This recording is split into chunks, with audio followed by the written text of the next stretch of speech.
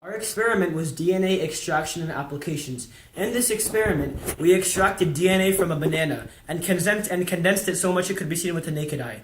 This is a very useful activity to be able to do in multiple fields, such as bioengineering and some scientific fields. Engineers can use this to do activities such as gene splicing and to create new products.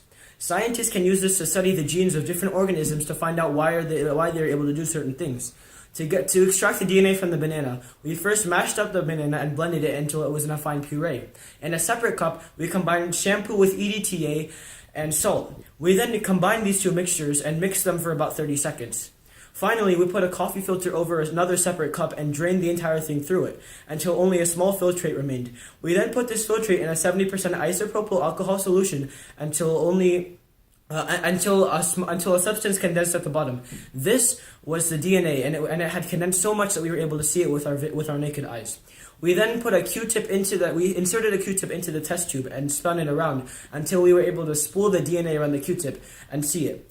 It had a very white and stringy appearance. The reason we were able to do this was because the EDTA in the shampoo dissolved the nuclear membrane of the cells of the banana. This allowed the DNA to escape. When we put it into the alcohol was denser than water and air, so we were able to see it condensed at the bottom with our naked eyes.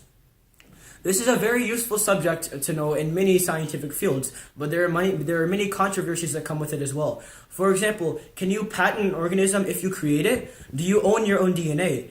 Can you use DNA without the organism who owns its consent, especially if it's a person? This and many other controversies have inspired many legal cases over the years. There are other controversial subjects related to DNA as well, such as unnatural pesticides, growth hormones, all kinds of things. There are many uses that we can have for the genes and DNA of different organisms. For example, we can create new forms of medicine from organisms that are able to self-heal or grow new limbs when they lose them. We can create many other things, such as new forms of agriculture, nanobots, transportation. However, we must first clear up the controversy surrounding genetics, and we must advance our technology to the point where we can do this easily. As you can see, biotechnology and gene extraction are very useful subjects in both science and engineering.